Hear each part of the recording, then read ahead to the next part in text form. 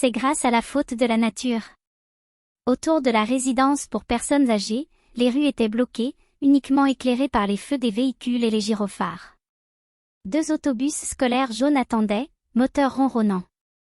Des pompiers, des policiers, des ambulanciers, des bénévoles de la Croix-Rouge aidaient une à une, lentement, les personnes âgées à évacuer les lieux. Dans chaque société, une hiérarchie s'organise. Qu'il s'autoproclamé ou soit élu par ses condisciples, un chef est nécessaire à tout groupe dans l'action. Martin marchait devant, Alexis à sa droite. Dans le désordre suivaient Anne, Boris, Michel et Julie. Légèrement en retrait se tenait le sergent-chef Couillard, responsable de l'évacuation. Sans hésiter, Martin s'est planté devant lui. « Je suis de la famille. Qu'est-ce qu'on peut faire pour vous aider ? » « Où ça, dans la famille ?» Martin a parlé un peu moins fort. « J'enseigne à l'école de police. »« Je vois. Ça fait longtemps que vous avez opéré sur le terrain ? » 5, 6 ans. Le sergent-chef Couillard n'a pu retenir un petit regard méprisant. Dans sa tête, c'était clair. Dans la police, ceux qui sont capables le font, ceux qui ne sont plus capables l'enseignent. Martin, un moment déstabilisé, a regardé sa troupe qui commençait à douter. Dans le haut-parleur de l'autopatrouille, une voix a crié. « Chef! Chef! Vous êtes là, chef? Chef! Vous êtes là ?» Le sergent-chef Couillard s'est défait de la portière à laquelle il était adossé pour décrocher, exaspéré, le micro à l'intérieur de son auto. « Ben oui, je suis là, où tu veux que je sois. Je t'écoute. On est dans la marde, chef, ça prend 15 minutes à en sortir un. Ils pleurent, ils s'accrochent au barreau du lit, ils veulent emporter des souvenirs, il nous faut du renfort. Débrouillez-vous, il y en a plus de renfort, c'est le barda partout. Regarde un peu la situation dans son contexte global avant de te plaindre. Mais, chef, au rythme où on va, ça va prendre des jours. Laisse-moi analyser la situation. Je vais regarder ce que je peux faire. Merci, chef.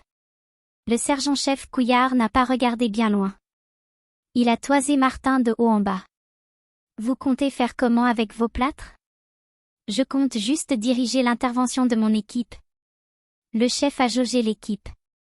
Julie, Boris, Michel, Anne et Alexis se sont instinctivement mis au garde à vous. Le chef, ça l'a plutôt accablé. Maudit verglas. C'est vraiment parce que je suis dans la marde.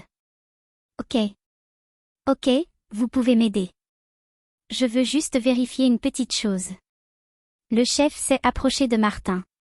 Soufflez. Martin n'a pas soufflé vraiment fort, mais ça a été suffisant pour un nez aguerri. Dans la troupe, on a entendu des ricanements idiots. Ils s'amusaient à se souffler les uns sur les autres. Y en a pas un qui prend le volant. C'est clair ? Affirmatif. Occupez-vous du 5e étage. Quand Martin s'est retourné, Anne a frissonné. Son regard n'était plus le même. Cela n'avait rien à voir avec l'alcool. C'était un regard qu'elle avait connu dans une autre vie. Elle le pensait perdu à tout jamais, mais là, il était revenu. Il n'avait pas disparu, il avait juste été éteint et ce verglas l'avait rallumé. Anne, Julie, Michel, Alexis, Boris, on agit avant tout, mais on réfléchit d'abord. Compris ? Oui. Oui qui ? Oui, Martin. Michel, Alexis et Boris, je vous charge du transport des personnes. Vous êtes le physique. Anne et Julie, vous vous occupez des effets personnels, du bien-être, du moral de ceux que nous évacuons. Vous êtes le psychique. Si nous avons des cas récalcitrants, vous vous en occupez, vous leur parlez pendant que les hommes amèneront aux autobus les sinistrés prêts pour l'évacuation. Je veux que toutes les 5 minutes une personne au minimum soit évacuée. Nous agissons dans l'urgence, mais nous réfléchissons quand même. C'est clair ? Oui, Martin. Suivez-moi. Le sergent-chef Couillard a regardé la drôle de troupe entrer dans l'immeuble. Perplexe, il s'est frotté la casquette, puis il a repris son micro. Pour que ça prenne un quart d'heure à sortir une tête, vous vous y prenez comment, vous, là-haut ? On ne vous l'a pas appris à l'école de police ? Est-ce qu'il faut que je vous explique tout ? Allez, encore une fois. Monsieur Archambault, il y en a d'autres 4, tendent leur tour. Ça fait au moins 15 ans que je n'ai pas ri de même. Ok, ok. Mais c'est la dernière fois. Un peu de solidarité, monsieur Archambault. Je te promets que je vais être solidaire après. Alexis a fait tournoyer le fauteuil roulant sur la glace. L'octogénaire, Hilar, a mis de longues secondes à se remettre de son fou rire. Mais entre elles, les personnes âgées ne sont pas forcément tendres et les promesses de solidarité peuvent vite s'oublier. Il ne faut pas le faire avec le vieux Tremblay. Il arrête pas d'embêter tout le monde à la cantine. Quand monsieur Archambault a été monté dans l'autobus jaune déjà bien plein, il a été accueilli par une salve d'applaudissements. Puis il y a eu comme un petit débat. Je gage que les prochains à sortir, ce sont les jumeaux gagnés. 2 piastres à 3 contre 1. Qui prend? Je prends. Archambault. Arrête de gager, sinon tu ne vas rien pouvoir laisser à tes héritiers. Un nouvel éclat de rire général a illuminé l'autobus. À travers les fenêtres, la trentaine de personnes âgées, sourire aux lèvres, attendaient les prochains à sortir. Au bout d'une minute, Julie et Anne sont apparues, avec chacune au bras un septuagénaire parfaitement identique à l'autre. Toujours avec les jolies filles, les jumeaux. Tu me dois 2 piastres. Dans l'autobus, on a encore applaudi à la montée des 2 gagnés. Et ça a chanté. Ils sont des nos au trait, ils embarquent dans le bus comme les au trait. Dans l'allégresse, personne n'avait remarqué Boris qui, soutenant une vieille dame avec délicatesse, l'accompagnait jusqu'à la porte de l'autobus. Elle s'est accrochée à son cou et l'a serré un long moment sous les yeux émus d'Anne et Julie. Vous viendrez nous visiter, Boris? On est voisins, je passerai avec ma blonde. Vous avez une blonde? Oui, pour la vie. Julie est tombée dans les bras d'Anne. Alors que la vieille dame, soutenue par Boris, montait les marches de l'autobus, Martin est sorti de l'immeuble pour aller rejoindre le sergent-chef Couillard qui, affalé sur son autopatrouille, venait de voir tout le 5e vidé, alors que ses hommes n'avaient évacué que la moitié du second. Mission terminée. Je sais. Qu'est-ce qu'on fait maintenant? Vous feriez quoi à ma place? Je me demanderais de vider le 4e. C'est ça? C'est ça? Vider le 4e. D'un claquement des doigts, Martin a rameuté les troupes. Alors qu'il s'apprêtait à partir au secours du 4e, le sergent-chef s'est approché de lui afin que personne n'entende. Comment vous avez fait? On n'a pas fait une moitié d'étage, nous. Dédramatiser, expliquer, positiver, organiser. Et ensuite? Agir. Ah oui. Ça me revient, c'était dans les cours, ça. Mais dites-moi, pour insuffler cet esprit de corps à votre équipe, vous faites comment, vous? Martin a regardé son plâtre, enfin sa montre. Sergent-chef, je suis désolé, mais j'ai un étage à vider et je ne voudrais pas me coucher à pas d'heure. Si vous voulez, on pourra en parler une autre fois? Excusez-moi. Continuez ce que vous avez à faire. Je ne vous dérangerai plus. Martin s'est retourné pour compter du doigt si sa troupe était au complet. À cet instant, Anne aurait voulu ne pas être qu'un numéro, ou alors n'être que numéro 1, la seule à suivre son homme dans cette nouvelle aventure. C'est toute une pièce d'homme, ton mari. Je ne comprends plus rien à ce qui m'arrive. Moi, c'est pareil, mais je prends tout à bras ouverts.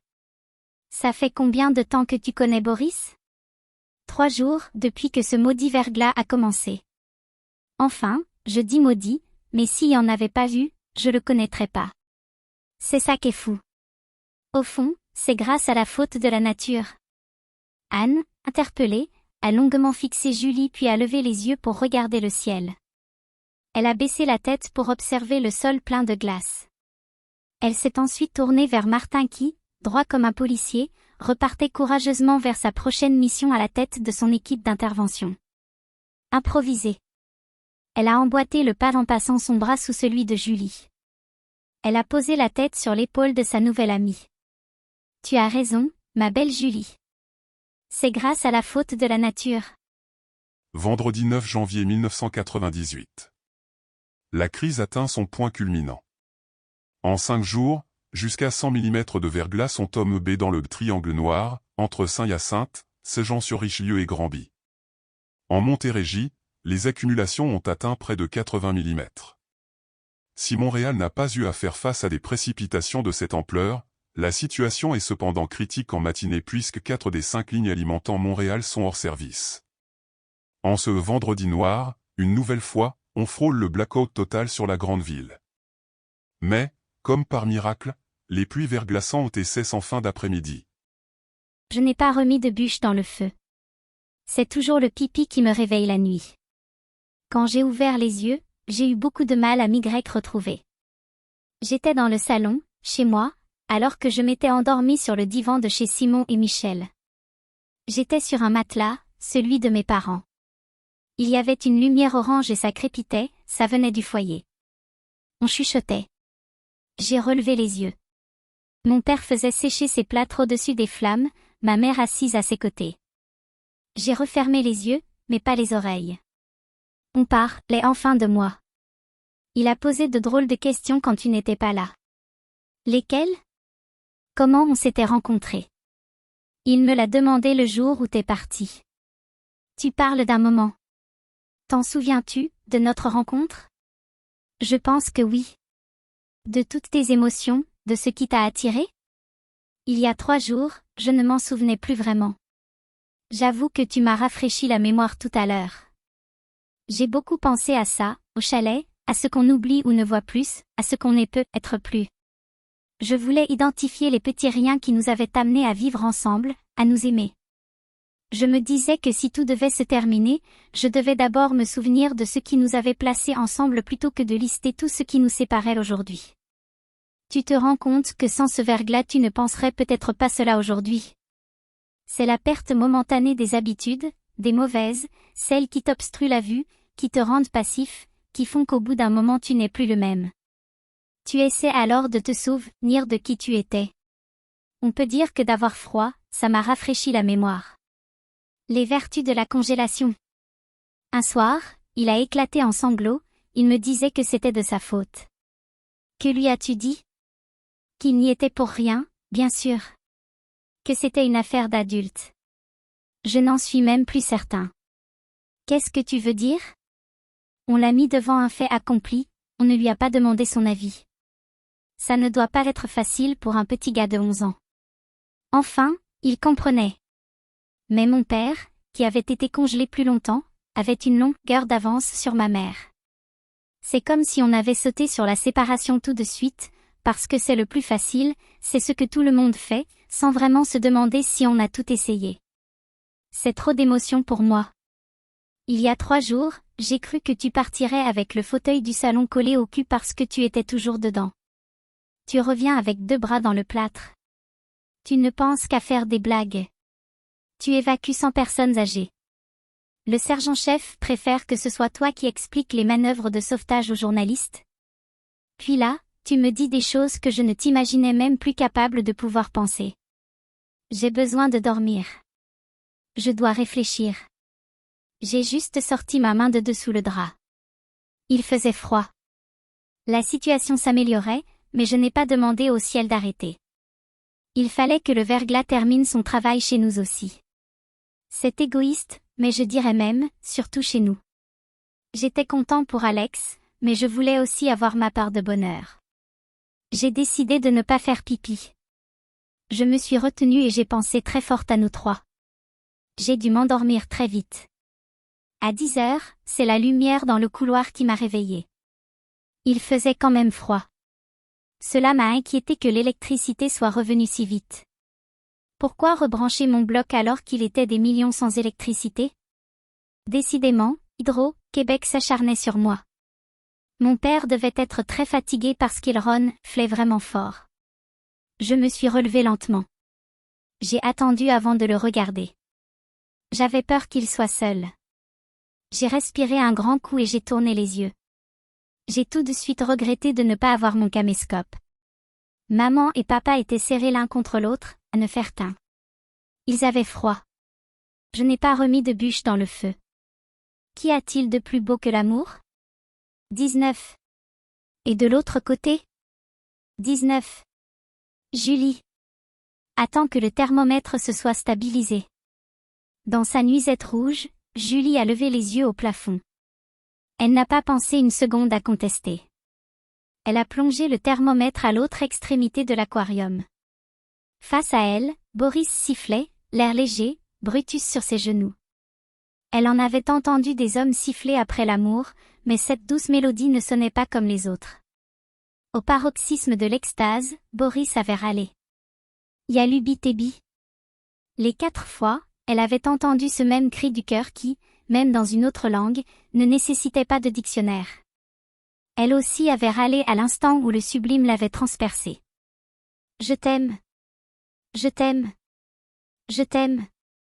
Les 2 chats, pour qui le divan était un territoire acquis et un tremplin idéal vers la route de l'aquarium, ont vite rebroussé chemin quand Brutus a donné au plus gros des 2 un viril coup de griffe. Julie a souri. Depuis qu'il s'était attaché à Boris, Brutus avait pris beaucoup d'assurance et ne tolérait pas qu'un congénère approche de l'aquarium. Alors elle a pensé très forte à l'amour. Thermomètre dans l'eau, elle s'est souvenue des mots de sa mère qu'elle avait quittés si jeune. Il faut parfois laisser du temps au temps pour comprendre ce que voulaient nous enseigner nos parents. Tu verras, ma fille, lorsqu'on aime l'homme avec qui on fait l'amour, le plaisir est différent. Il en devient unique, car le cœur en décuple la puissance. Julie a regardé son Boris sifflant qui venait de ressortir toutes ses feuilles de travaux. Sa mère avait raison, cette nuit, elle avait ressenti ce qu'elle attendait finalement depuis si longtemps. Elle avait connu les amours à l'imparfait dans son passé, si simple. Elle le découvrait dans son présent, au plus que parfait, et elle croyait enfin en son futur. Boris, il est toujours à 19, le thermomètre. Sur la table basse, il a posé les feuilles présentant les trajectoires de chacun de ses poissons. Enfin, les trajectoires d'avant, à 32 degrés. Cochané. As-tu observé leur nouveau comportement? Malgré une intense volonté de comprendre les travaux de Boris, et même d'en partager la sueur, Julie, du haut de ses 3 jours d'expérience en topologie, était encore bien novice. Avec le thermomètre, c'est pas facile. Cochané, regarde. Regarde bien. Je peux sortir le thermomètre de l'eau? Oui, oui, bien sûr. Julie a observé les poissons. Au-dessus de l'eau, le doigt de Boris dessinait la ficelle de numéro 2. Avec le doigt de l'autre main, il suivait. Numéro 4. Julie a un peu triché. Elle s'est contentée de suivre le balai des doigts de son homme. Ils ne suivent plus la même trajectoire. Exactement. Boris, fataliste, a fixé Julie. C'était évident. Le froid modifie la trajectoire des poissons. Julie était satisfaite de sa réponse. Qu'il était agréable d'échanger au matin avec son savant amant russe. Mais, même après l'amour, un mathématicien qui postule au plus glorieux des doctorats ne peut s'empêcher de vous faire sentir que vous êtes encore bien loin d'en savoir autant que lui. Regarde, Cochané, il y a une chose évidente que tu n'as pas vue. Julie a été un peu déçue, surtout que Boris en a remis une couche. Regarde bien. C'est flagrant. Boris ne pouvait comprendre que la topologie exprimée par l'hermétique langage de la mathématique pure n'avait rien d'évident, au petit matin, sauf pour lui. Mais Julie voulait tout partager. Elle s'est concentrée très fort pour chercher dans l'eau l'évidence. Soudain, elle l'a trouvée. Ils ont une nouvelle trajectoire. Boris, en connaisseur, a opiné, fataliste. Et oui. Je vais étudier leur nouvelle trajectoire à 19 degrés et je vais les comparer à celles à 32, ça ne retardera que d'1 an ou 2 ma thèse. On verra bien ce que cela donnera. Dans mon malheur, j'ai la chance qu'il ne soit pas mort. Boris s'est levé et a soufflé son dépit de devoir encore remettre ses calculs sur la table. Mais Julie la chercheuse n'avait pas fini. On dirait qu'ils nagent plus proches l'un de l'autre. Boris s'est vite rassis face à l'aquarium. Julie en avait encore à dire. C'est ça. Quand il fait froid, ils se rapprochent les uns des autres. Boris a ouvert ses grands yeux bleus. Face à lui, Julie a pris un grand bol d'air. Ses yeux pétillaient. Et puis ils nagent 2 par 2, comme s'ils étaient des couples. Ce n'est plus seul, en évitant les autres, qu'ils tracent leur chemin. C'est en blé qu'ils le font. Puis c'est depuis qu'ils ont froid qu'ils sont comme ça. Maintenant, ils font des doubles nœuds. Cette conclusion topologique de haut vol, Boris ne l'avait jamais envisagée. Il s'est penché vers l'aquarium pour vérifier de plus près la théorie de sa belle Julie. Numéro 2, de sa nageoire droite, ne cessait de frôler les écailles arrière d'eux. Numéro 3. Quant à numéro 1, il est sorti de derrière la petite rocaille avec une sorte de sourire idiot, phénomène rarement observé chez le poisson exotique en captivité, suivi de numéro 4, qui remettait de l'ordre dans sa nageoire arrière tout en sifflant des bulles. Da. Boris Bogdanov a contemplé cette femme qui non seulement lui remplissait le cœur, mais venait également de conclure à une évidence mathématique fondamentale, facilement démontrable par un redoublant de première année, qui lui avait pourtant totalement échappé. Quand on aime, on ne fait qu'un. Émerveillé, il a fixé sa belle. Toi et moi, Julie, c'est un peu comme les fabuleuses découvertes de Pierre et Marie Curie. Julie est remontée très loin dans le temps, mais elle n'a pas retrouvé. Je l'ai jamais vu, ce film, quand j'étais petite. Faudrait qu'on se le loue. C'est pour cela que Boris aimait Julie. Elle était nature, honnête et logique. Puis elle avait un corps de déesse, une peau douce, une sensualité torride, des seins fermes, et elle embrassait divinement bien. Au petit matin, le chemin entre la réflexion mathématique extrême et l'envie soudaine, des plus bestiales, est beaucoup plus court qu'on peut le croire, surtout chez le chercheur qui vient de trouver. Cochanet, viens dans la chambre. Astérisque. Salut les amoureux. Alexis est entré sans frapper. Dans ses mains, il tenait un plateau. Dessus, 2 assiettes avec OME, lait au bacon, 2 verres de jus d'orange, 4 toasts grillés et 2 cafés serrés, bien chauds. Simon n'a pu retenir son émotion. Il s'est penché vers Michel qui dormait encore sur son épaule. Réveille-toi, mon chéri. Regarde ce qu'Alexis nous a préparé de bon. Eux qui osaient à peine sortir ensemble 4 jours plus tôt, se faisaient servir au lit un copieux petit déjeuner continental par le voisin d'en face qu'ils ne connaissaient que depuis 3 jours. Asseyez-vous, les amoureux, sinon ça va refroidir. Alors qu'Alexis s'apprêtait à déposer le plateau sur le lit, Simon lui a saisi le bras. On voudrait te remercier, Alexis. Oh, c'est rien, juste 2 petits œufs et du. Je ne parlais pas de cela, je parlais de ton regard sur nous. C'est un peu grâce à toi. Non, c'est complètement grâce à toi. Ça m'a fait du bien de te parler. Merci. Merci à vous deux. Ne nous remercie pas, nous t'avons aidé autant que vous nous avez aidés. Avant de te connaître, nous étions différents. Notre rencontre a provoqué de profonds changements qui feront que notre vie ne sera plus jamais la même. On t'invitera à notre mariage. Enfin, quand la loi le permettra. En tout cas, pour un couple pas marié, vous en avez fait du bruit, cette nuit. Alexis, on ne parle pas russe, nous, quand on fait l'amour. Boris? Oui, et il n'a pas arrêté de la nuit. 4 fois. Je n'ai pas pu fermer l'œil. Alex passait dans le couloir suivi de son inséparable Pipo. Je t'avais dit, papa, que c'était eux. Je vois que vous élargissez le champ de vos sujets de discussion. C'est très bien, c'est très constructif. Mais il y a peut-être d'autres thèmes que tu pourrais aborder avec ton fils. À cet âge-là, ils sont curieux, c'est normal. Puis je vais te dire, Simon, moi, Boris, je le comprends. Quand on a une moto belle de même, on a envie de la monter souvent. Alexis n'a pu s'empêcher de faire un clin d'œil à ses 2 amis. Pas vrai? C'est une façon de voir. Bon, là, je vous laisse manger, ça va être froid. Alexis a pris son fils par l'épaule, dans un geste protecteur et chaleureux, comme seuls savent le faire les vrais pères. On va promener Pipo? La porte de la chambre s'est doucement refermée. Simon et Michel se sont regardés, complices. Ils ont pris chacun leur toast pour la beurrer. Avant de la croquer, ils ont échangé un doux baiser. Ils ont tout de suite grimacé. Derrière la cloison, ça tapait dur. Oh non! Ils ne vont pas remettre ça? Le rythme s'est soudain accéléré. Ça a frappé très fort dans les murs. Une fois les toasts froides, ce fut la délivrance. Ah. Yalubi Tebi. Je t'aime, ah ah. Je t'aime, ah ah. Je t'aime, ah ah. Et le silence est revenu. Simon a croqué dans sa toast glacée. Il l'a mâché délicatement. Sitôt l'a mis avalé, il s'est tourné vers Michel. Qu'y a-t-il de plus beau que l'amour ?